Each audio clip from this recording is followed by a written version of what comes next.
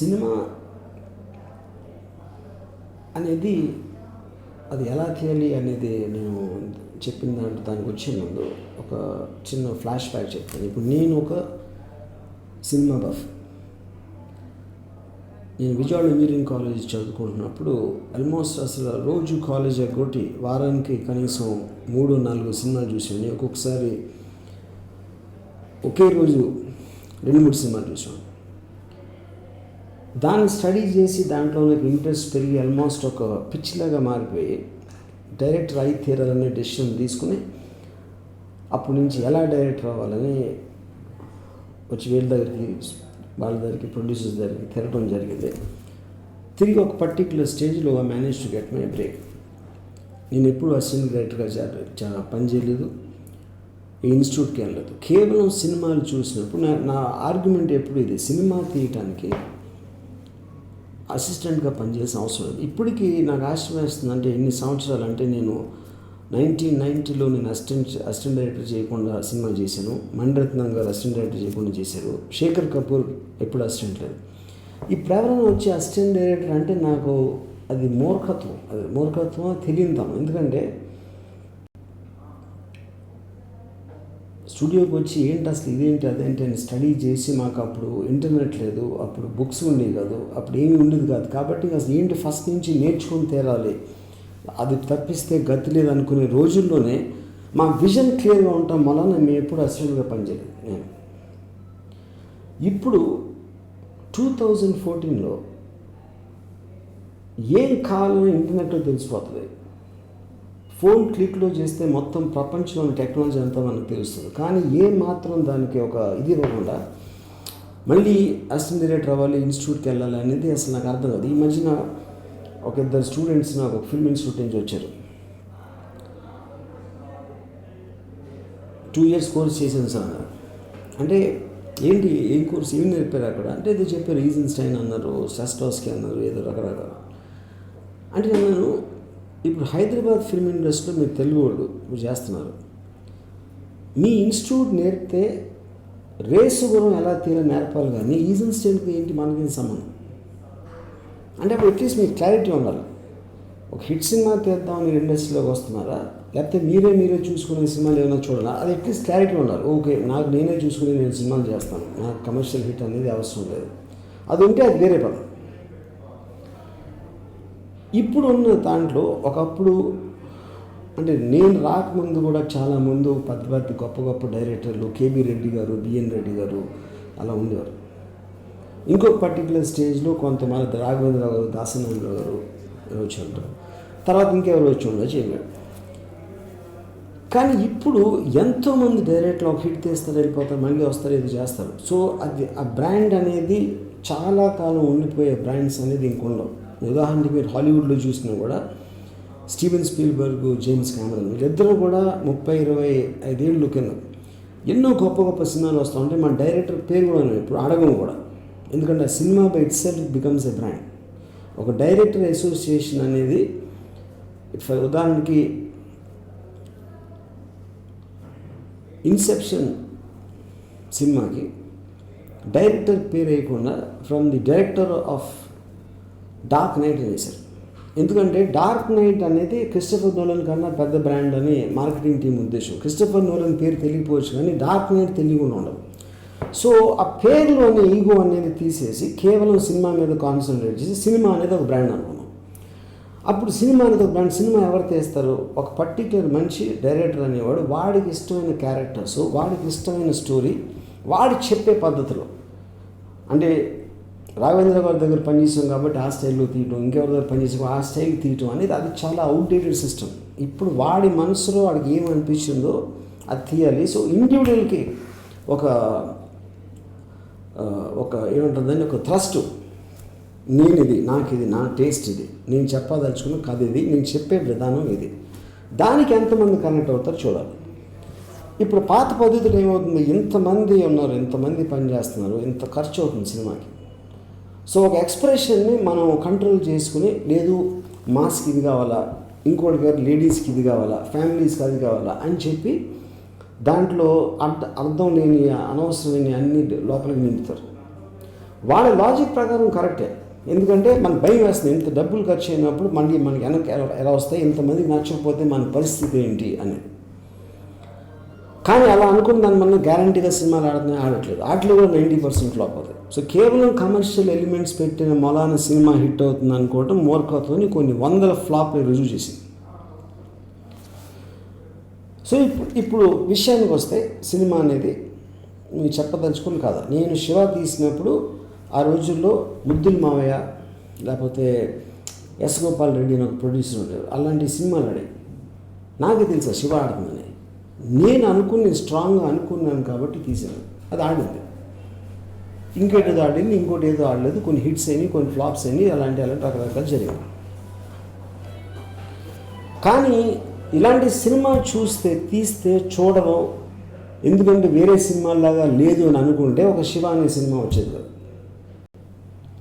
So ఒక మనిషి స్ట్రాంగ్గా కన్విక్షన్ చేసేది తను తీనేది. నాకు లక్కీగా నాగార్జున నన్ను తీనేచ్చాడు. ఇంకో వేరే డైరెక్టర్ తీనేయకపోవచ్చు. ఇంకో డైరెక్టర్గా అసలు సినిమా ఇండస్ట్రీకి వచ్చే అవకాశమే అప్పుడు ఉండేది కాదు. ఇప్పుడు అలాగే అనుకుంటున్నారు అందరూ. కానీ ఇప్పుడు ఇక్కడ నేను చెప్పేది ఏంటంటే, ఇప్పుడు ఒక రెవల్యూషన్ డిజిటల్ టెక్నాలజీతో వచ్చింది. ఎందుకు వచ్చింది అది? సినిమా ఇండస్ట్రీకి తెలియకుండా అక్కడికి వెళ్ళి పెద్ద పెద్ద కెమెరాలు ఉంటాయి, ఎక్స్పెన్సివ్ కెమెరాస్ ఉంటాయి, యూనిట్ సైజులు, 100 మంది లైట్ మెన్లు, ఇది క్రేన్లు, ట్రాలీలు అన్నీ పెట్టుకొని ఇంతమందిని చేసి మన సినిమా తీయాలంటే ఆబ్వియస్లీ చాలా ఖర్చుతో కూడిన పని.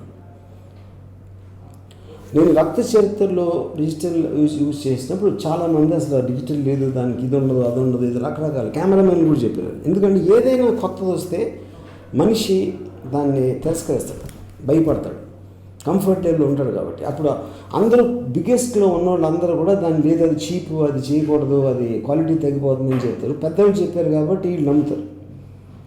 కానీ ఎప్పుడైనా ఒకటి సక్సెస్ అయింది, ఒకటి ప్రూవ్ అయిందంటే, ఇప్పుడు ఇవాళ రోజున రక్త చరిత్ర హార్డ్లీ 3 ఏళ్ళు అయింది. ఇప్పుడు ఫిల్మ్ కెమెరా అనేది లేదు, అసలు వెళ్ళిపోయింది. దాని తర్వాత టెక్నాలజీ ఇంకా పెరుగుతూ వస్తుంది. ఇప్పుడు సినిమా అనేది ఒక కథ ఉంది, ఆ కథ పర్ఫార్మెన్సెస్ ఉన్నాయి, యాక్టర్స్ పర్ఫార్మెన్సెస్. ఈ యాక్టర్స్ ఆ పర్ఫార్మెన్స్ చేస్తా, డైలాగులు చెప్తా ఉంటే ఆ స్టోరీ అనేది ముందుకు వెళ్తుంది. దీన్ని క్యాప్చర్ చేయడానికి మనకు ఒక టెక్నికల్ ఆస్పెక్ట్ ఉంటుంది. కెమెరా అవ్వచ్చు, సౌండ్ అవ్వచ్చు, మ్యూజిక్ అవ్వచ్చు, ఇలాంటి రకరకాలు. ఇందులో కెమెరా అనేది చాలా ముఖ్యం. ఎందుకంటే లొకేషన్ టైంలో కెమెరా అనేది షూట్ చేస్తాం. దానికి ఉన్న లైట్లు, కెమెరామెను, ఈ ట్రాలీలు, ట్రాక్లు ఇలాంటివి అన్నీ కలిసి ఒక యూనిట్ తయారయ్యి మ్యాక్సిమం సినిమా బడ్జెట్ అనేది ఆ డిపార్ట్మెంట్ పెంచుతుంది. ఇది నా ఎక్స్పీరియన్స్లో నేను అర్థం చేసుకోను. ఇప్పుడు ఐస్ క్రీమ్ సినిమా మనం రిలీజ్ అయింది. దాంట్లో ఉన్న కథకి కామెంట్ ఉండొచ్చు, కొందరికి నచ్చచ్చు, కొందరికి నచ్చకపోవచ్చు. ఏదేది అది ఇందాక ఆల్రెడీ ఎక్స్ప్లెయిన్ చేసినప్పుడు నేను చెప్పింది. ఇప్పుడు ఇందాక మొత్తం అందరికీ నచ్చాలని తెస్తారా, లేకపోతే మీకు నచ్చింది మీరు ఒక జోక్ చెప్తారు, లేకపోతే ఒక చిన్న ఇన్సిడెంట్ చెప్తారు, లేకపోతే ఒక చిన్న అనెక్డోట్ చెప్తారు. అది అందరికీ కావాల్సిన అవసరం లేదు. మీ ఫ్రెండ్కి నచ్చింది మీ మదర్కి నచ్చకపోవచ్చు, మీ మదర్కి నచ్చింది మీ ఇంకెవరు ఎవరికో నచ్చకపోవచ్చు. అలాగే రకరకాల వాళ్ళ సెన్సిటివ్ ఉంటుంది. కానీ ఎవరినైతే మనం ఉద్దేశించి చేసామో వాళ్ళకి మాత్రం 100% నచ్చాలి. దాన్ని డైల్యూట్ చేయకూడదు అనేది నా బేసిక్ కాన్సెప్ట్. అప్పుడు కథ మీద కొంచెం కామెంట్ ఉన్నా, కొందరు బాగాలేదన్నారు, కొందరు బాగుందన్నారు. కానీ ఏకగ్రీవంగా అందరూ ఒప్పుకుంది ఏంటంటే టెక్నికల్లీ ఎక్స్ట్రాడినరీగా ఉంది ఐస్ క్రీమ్ అంటే. టెక్నిక్ ఏంటి? 2 ఇందాక నేను చెప్పింది. చూడటానికి బొమ్మ ఎలా ఉంది, వినటానికి సౌండ్ ఎలా ఉంది, ఈ రెండే టెక్నిక్ ఆడియన్స్ సంబంధించినంతవరకు. ఇప్పుడు ఐస్ క్రీమ్ ఈ కెమెరాతో షూట్ చేసాం. ఈ కెమెరా రెండింటితో షూట్ చేస్తే ఇది ఒక 25,000, ఇది ఒక 15,000. అంటే మీరు కొనటానికి 25,000లో మీ కెమెరా వస్తుంది, లేకపోతే 15,000లో కెమెరా వస్తుంది. ARRI 35 సూపర్ ARRI కెమెరా అది నియర్లీ 1.7 crores. 1.7 crores కెమెరాతో తీసిన బొమ్మకి దీంతో తీసిన దానికి ఆడియన్స్కి తేడా పోకుండా టెక్నికల్గా బ్రహ్మాండంగా ఉందంటే దాని మీనింగ్ ఏంటి అసలు? ఇప్పుడు చాలాసార్లు సినిమాకి చాలా ఖర్చు అయిపోయింది, ఎలా రికవర్ అవుతుంది, తర్వాత రిలీజ్ అయిన తర్వాత ఆడకపోతే చాలా ఫ్లాప్ అయింది, ఎంతో కొన్ని కోట్లు పోయినాయి, ఈ కోటి పోయింది, 50 లక్షలు పోయింది, ఇలాంటివి రకరకాలు వింటాం. ఒక సినిమా ఖర్చు ఎందుకు అవుతుంది? అది పాయింట్. డబ్బులు పోయినాయి అంటే డబ్బులు ఎక్కడికి పోవు, ఏ డబ్బులు ఎక్కడికి పోవు, ఒకళ్ళ జేబుల్లోంచి వేరే జేబుల్లోకి మారతాయి. సో ఇప్పుడు ఒక ప్రొడ్యూసర్ అనేవాడు తను టెక్నీషియన్ని, ఒక యాక్టర్ని, రకరకాల వేరే వాళ్ళని వాళ్ళ ఒక్క పనితనాన్ని నమ్మి తను పెడతాడు డబ్బులు. ఆ డబ్బులు కంట్రోల్ ఎలా ఖర్చు పెట్టాలని కంట్రోల్ అని మళ్ళీ టెక్నీషియన్స్, యాక్టర్స్ మీద ఉంటుంది. అది చేసిన తర్వాత ఒక స్టేజ్లో ఫ్లాప్ అయింది అనుకోండి, ఎవరైతే కంట్రోల్ చేస్తున్నారో ఆ డబ్బులు ఎలా ఖర్చు పెట్టాలనేది వాళ్ళకి మాత్రం వాళ్ళ డబ్బులు ఉంటాయి. వాళ్ళని నమ్మిన వాళ్ళందరికీ డబ్బులు పోతాయి, డిస్ట్రిబ్యూటర్స్ అవ్వచ్చు, ప్రొడ్యూసర్స్ అవ్వచ్చు, అందరికీ. అప్పుడు నా పాయింట్ ఏంటంటే ఫైనల్గా ప్రతి ఒక్కరు తీసేది ఆడియన్స్కి డబ్బులు అనేది ఆడియన్స్ నుంచి వస్తాయి. అప్పుడు వీళ్ళందరూ కలిసి ఆ ప్రోడక్ట్ చేసి వాళ్ళు వంతుకున్న దాంట్లో వాళ్ళ దగ్గర నుంచి తీసుకోవాలనేది నా ప్రైమరీ కాన్సెప్ట్. ఇది పెట్టడానికి అఫ్కోర్స్ చాలా కాంప్లెక్సిటీస్ ఉంటాయి దీంట్లో, అన్నీ కూర్చుని దాన్ని చేయాలి. సో ఒక కోఆపరేటివ్ సొసైటీలుగా చేసినప్పుడు ఐ ఫీల్ ఏ సినిమా కూడా ఫ్లాప్ అవుట్ అనేది జరగదు. హిట్ అవుతుంది, సూపర్ హిట్ అవుతుంది, మెగా హిట్ అవుతుంది, ఫ్లాప్ మాత్రం జరగదు. ఎందుకంటే కాస్ట్ ఆఫ్ ప్రొడక్షన్ అనేది మనం అవాయిడ్ చేసే ప్రాసెస్లో వెళ్తున్నాం కాబట్టి. దీని కాంప్లికేషన్స్ ఇందాక చెప్పినట్టు మనం స్టార్ట్ అయినప్పుడు నాకు ఐస్ క్రీమ్ స్టార్ట్ చేసినప్పుడు కొన్ని అర్థమైనాయి, కొన్ని అవ్వలేదు. ఫర్ ఎగ్జాంపుల్ నా ఇంటి రెంట్ వాడు నా ఇల్లు ఏ లొకేషన్లో షూట్ చేసినా తను రెంట్ అడిగాడు. ఆబ్వియస్లీ తన సినిమా వాడు కాబట్టి తను వేరే వేరే సినిమాలు అవుతుంటే ఈ సినిమాని పని కట్టుకొని ప్యాషనెట్గా చేయాల్సిన అవసరం తనకు లేదు.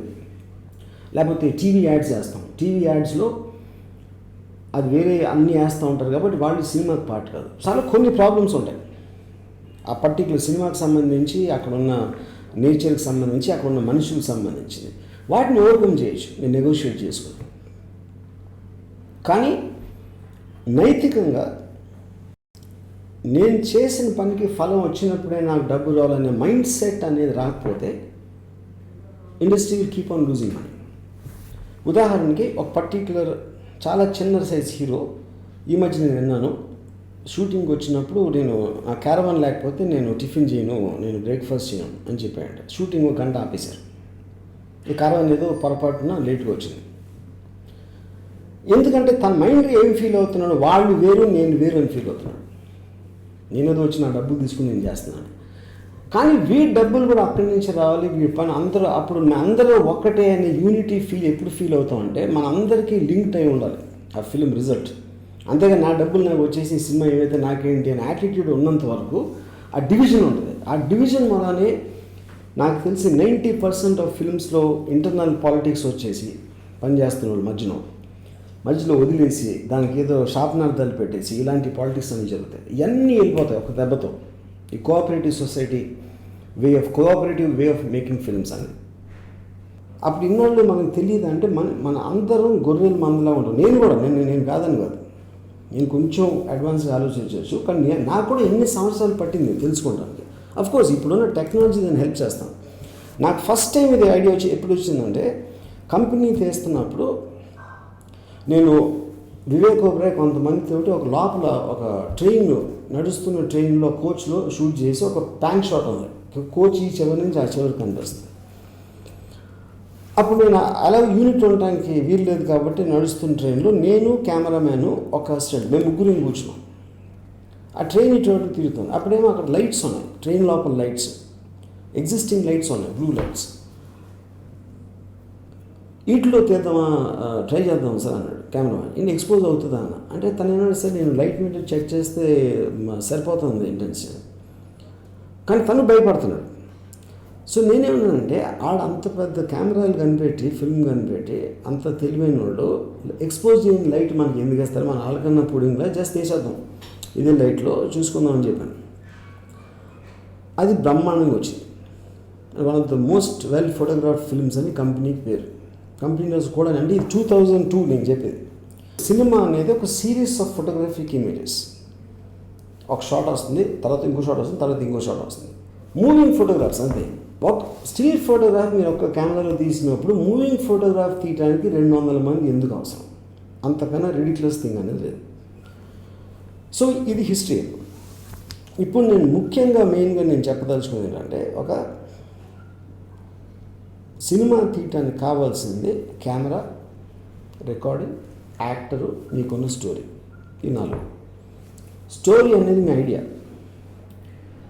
యాక్టర్ అనేది ఇలాంటి ఫిల్మ్స్కి మీరు యాక్టర్కి చెప్పే కెపాసిటీ ఉంటే అది వేరే విషయం. లేకపోతే మీకు మీరు సినిమా తీసేస్తాను అనుకుంటే మీరు మంచి యాక్టర్ అనుకున్నాడు, మీకు తెలిసినోడో లేకపోతే ఎవరినైనా మీరు చూజ్ చేసుకుంటారు. తర్వాత కెమెరా. ఈ కెమెరా అనేది సపోజ్ ఇప్పుడు లేటెస్ట్ ఇదంటే 25,000. మీరు 25,000 రూపీస్ కెమెరా మీరు కొనేయచ్చు. ఆ డబ్బులు మీకు లేకపోతే మీరు ఎవరి దగ్గర తీసుకోవచ్చు ఈ కెమెరా.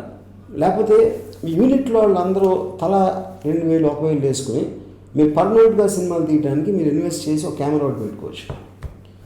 కానీ నా ప్రిడిక్షన్ ఏంటంటే ఇది 1 మంత్లో మళ్ళీ దీనికి సగం అయిపోయిన ఆశ్చర్యం. ఎందుకంటే అంత ఫాస్ట్గా రేట్స్ పడిపోతున్నాయి. సో సెకండ్ పాయింట్ ఏంటంటే, ఇప్పుడు సినిమా ఎందుకు తీస్తున్నారు? మీకు ఒక ప్యాషన్ ఉంది. ఎవ్వరు కూడా సినిమా నాకు తెలిసిన ఏ డైరెక్టర్ కూడా సినిమా ఇండస్ట్రీకి డబ్బుల కోసం ఇప్పుడు రాలేదు, డబ్బులు సంపాదిద్దాం రాలేదు. ఆ ప్యాషన్, ఒక కథ చెప్పాలి, నేను చేయాలి, యాక్టింగ్ చేయాలి అని దాంట్లో వస్తారు. వచ్చిన తర్వాత కొంత టైంకి మనసు డబ్బు వైపు మడుతుంది. ఎందుకంటే అప్పుడు ఆ టైంకి కరప్ట్ అయిపోయి ఉంటారు. దానివల్ల నాకు ఎంత ఇస్తారు, నీకు చేస్తే నాకు ఎంత ఇస్తావు అనే దాంట్లో అది మొత్తం డైవర్ట్ అయిపోతుంది. సో ఇప్పుడు మీకు తెలిసిన యాక్టర్స్ మీకు ఆ రోల్కి సరిపోతానికి మీరు తీసుకున్నారు. వాళ్ళు చెప్పారు ఇలా చేస్తాను, ఎవరు మిమ్మల్ని డబ్బులు అడగరు. తర్వాత చేశారు. మీ పక్కింట్లోనూ ఎదురింట్లోనూ లొకేషన్ అడిగారు, కొంచెం 2 గంటలు 3 గంటలు షూటింగ్ చేసుకుంటారు. అసలు ఎవ్వడు కాదు. ఇంత చిన్న కెమెరాలు కాబట్టి పోలీసులు పర్మిషన్ ఇవ్వని చోట కూడా మీరు కొంచెం తెలివి ఉపయోగిస్తే అక్కడ కూడా షాట్లు తీసేయచ్చు. దాని తర్వాత సౌండ్ అనేది, బ్యాక్గ్రౌండ్ మ్యూజిక్ అనేది, నేను ఒక స్టేజ్లో నేనే 20 లక్షలు ఖర్చు పెట్టేవాడిని, తర్వాత 10 లక్షలు అయింది. ఇప్పుడు అసలు ఐస్ క్రీమ్లో మేము రీరికార్డింగే చేయలేదు. అసలు ఐస్ క్రీమ్ ఫ్రీ వెబ్సైట్స్లో మ్యూజిక్ అవైలబుల్ ఉంది, స్టాక్ మ్యూజిక్ అవైలబుల్ ఉన్నది. వాటిని తీసి మేము ట్రాక్స్లో వేసాం. అది ఎవరికి తెలియదు. సౌండ్ బ్రహ్మాండంగా ఉంది, మ్యూజిక్ బ్రహ్మాండంగా ఉందని పేరు వచ్చింది. సో మ్యూజిక్ మీకు ఖర్చు లేకుండా వస్తుంది. సౌండ్ మీకు జస్ట్ దాంట్లో పెట్టుకుని మొత్తం డిస్ట్రోనే టప్టాగా దాన్ని వేసారు. దాని తర్వాత యాక్టర్లు యాక్ట్ చేశారు. ఎడిటింగ్ కూడా ఇప్పుడు ఎడిటర్ ఫలానా, డిఓపి ఫలానా అని అవసరం లేదు. ఎవరు ఫోకస్ ఉంటే చాలు, కెమెరామెన్ అవసరం లేదు అసలు. అంటే మీరు కెమెరా అనేది మీరు అవార్డు కోసం చేస్తున్నారా, మీ నేరేటివ్ కోసం చేస్తున్నారా, ఆ క్లారిటీ ఉండాలి. నాకు నంది అవార్డు రావాలి, నేషనల్ అవార్డు రావాలి సినిమాటోగ్రఫీ అంటే అది సెపరేట్ సిస్టమ్. అది మీకు కేవలం మీ స్టోరీ కనపడాలి, వినపడాలి, ఫోకస్లో ఉండాలి. దానికి ఎవరైనా చేయగలుగుతారు. కెమెరామెన్ అనేది దానికి మీనింగ్ లేదు. Similarly all other technicians. Ice cream ఒక 10 మంది 16 ఏళ్ళ కుర్రోళ్ళు ఎడిట్ చేశారు. ఒక్కొక్క సీన్ ఒక్కొక్కరికి ఇచ్చాం. సీన్ ఉంది, ఈ షార్ట్లో నేను చేసి పెట్టాను, టప్ అని పెట్టేసి ఆడొక ఇడ్లీ పెసరట్టు వేసినట్టు ఇచ్చాడు. సో ఎడిటింగ్ బాగుందా బాగాలేదా అది, కానీ అది ఫైనల్గా డిసైడ్ చేసేది డైరెక్టర్. కానీ దాన్ని పెట్టడంలో మాత్రం ఇంతే. సో ఇప్పుడు టెక్నీషియన్స్ లేరు. ఇప్పుడు నేను ఎక్స్ప్లెయిన్ చేసినదంతా. 2 పాయింట్ బ్యాక్గ్రౌండ్ మ్యూజిక్ లేదు, ఆర్టిస్ట్ మీరు డబ్బులు ఇవ్వలేదు, లొకేషన్ ఎలా మేనేజ్ చేయొచ్చు ఇప్పుడే చెప్పి మేము చేసాం. నా పొజిషన్లో నేను కూడా చాలా సీన్లు అలా మేనేజ్ చేసాను. అంటే ఎవరు కాదండి, మీరు వెళ్ళి అడిగిన విధానంలో ఉంటారు. సో ఫైనల్గా అన్నీ చేసేసి మీరు సినిమా అయిపోయింది. ఇప్పుడు ఏం చేస్తారు?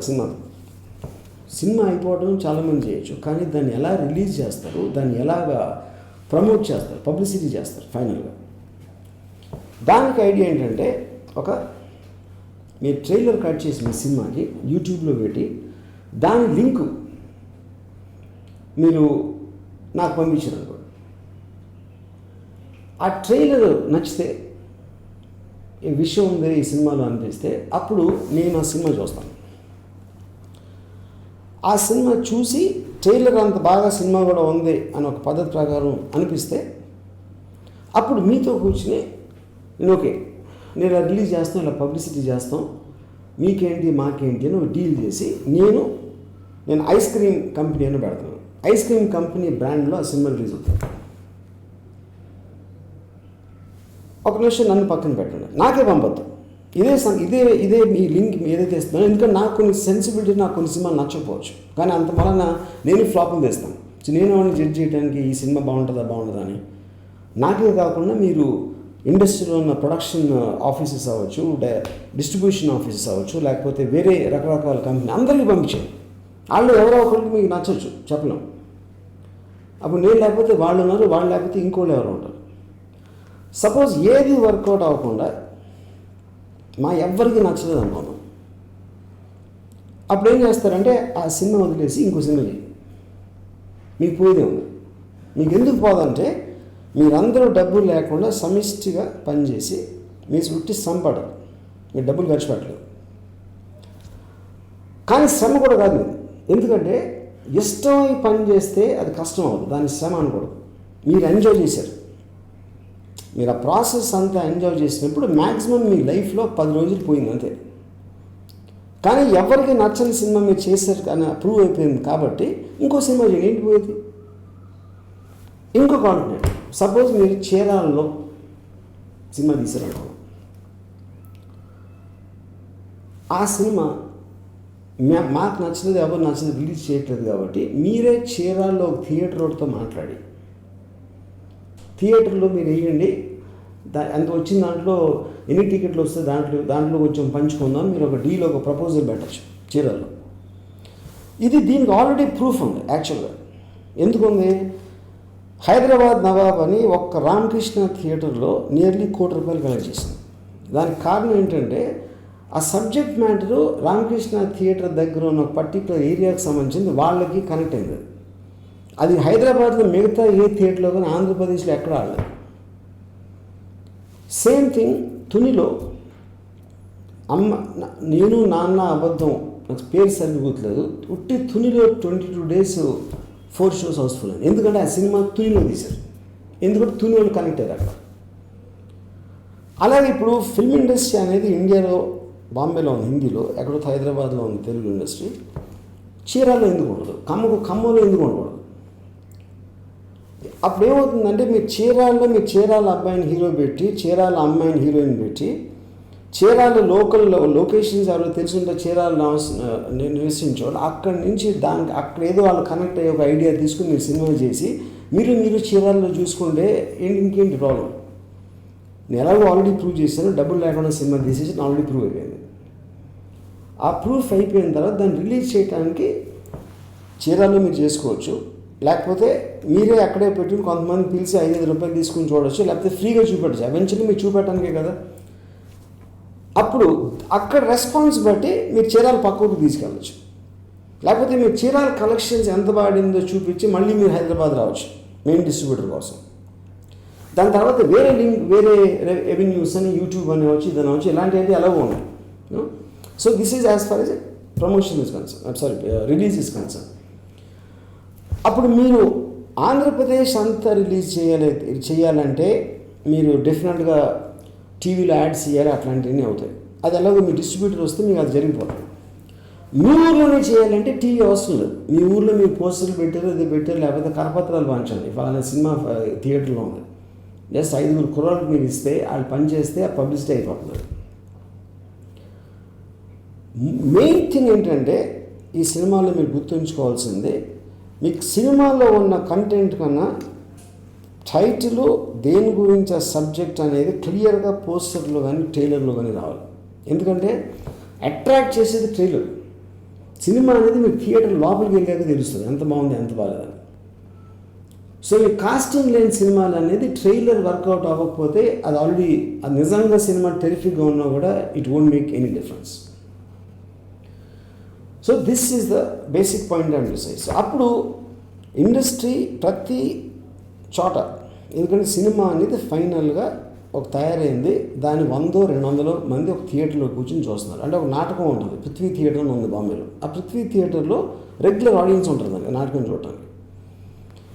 అది ఇక్కడ మనం ఇలా చూస్తున్నాం. సో ఇంతమంది, ఇంత పెద్ద పాపులేషన్ ఉన్న మన కంట్రీలో, మన రాష్ట్రంలో కేవలం నా ఫాదర్కి డబ్బు ఉండాలి, లేకపోతే నా ఫాదర్ డైరెక్టర్ అయి ఉండాలి, లేకపోతే ఇండస్ట్రీలో ఏదో అయి ఉండాలి, వాళ్ళకే అవకాశాలు వచ్చే కాలం పోయింది. ఇప్పుడు కంప్లీట్ డెమోక్రసీ, ఎవరైనా సినిమా తీయచ్చు, ఏం డబ్బు లేకుండా తీయచ్చు, టాలెంట్ ఉన్నోడుని ఎవ్వరూ ఆపలేరు.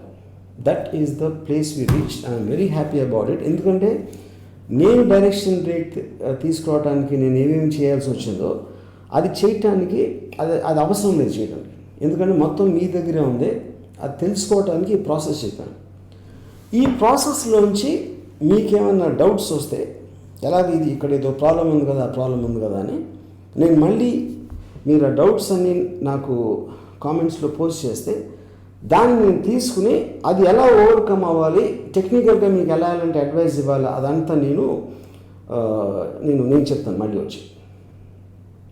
And wish you all the best, and I'm hoping that you'll make mind-blowing films, and I'm super sure about it.